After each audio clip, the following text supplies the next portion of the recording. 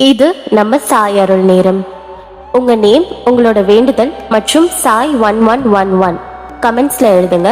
இதுல செலக்ட் ஆக போற 3 பேரோட வேண்டுதல் அடுத்தடுத்ததாக நம்ம சாயப்பா நிறைவேற்றி கொடுப்பாங்க. அடுத்த Thursday நான் 3 வின்னர்ஸை அனௌன்ஸ் பண்ணுவேன்.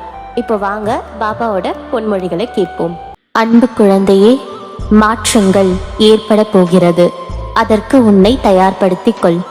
எப்போது என் மீது முழுவதுமாக பாரங்களை சுமத்தி உண்மையான பக்தியை செலுத்தி விட்டாயோ அப்போதே உன் மீது அன்பு செலுத்த ஆரம்பித்து விட்டேன். இடையில் ஏற்பட்ட சில குழப்பங்களால் உனது எண்ணங்கள் எனது விருப்பத்திற்கு மாறாக மாறியது. இதனால் கட்டுப்பாட்டை இழந்து ஓடிய வண்டியைப் போல நடந்து கொண்டாய். என்னுடைய பிடியிலிருந்து எவரும் விலக முடியாது. உன்னை பலமுறை விபத்துகளில் இருந்து சரியான நேரத்தில் காத்திருக்கிறேன். உன்னை தேடி வந்து அமர்ந்து கொண்டிருக்கிறேன். என்னை நிராகரித்து விடாதே. நான் உன்னுடன் இருக்கிறேன். எப்போதும் கைவிட நினைக்க மாட்டேன். மனதில் ஏற்பட்ட குழப்பம், சலனம், இதனால் பலமுறை பாதை மாறி போக இருந்த உன்னை எனது பிடியில் வைத்து கொண்டிருக்கிறேன்.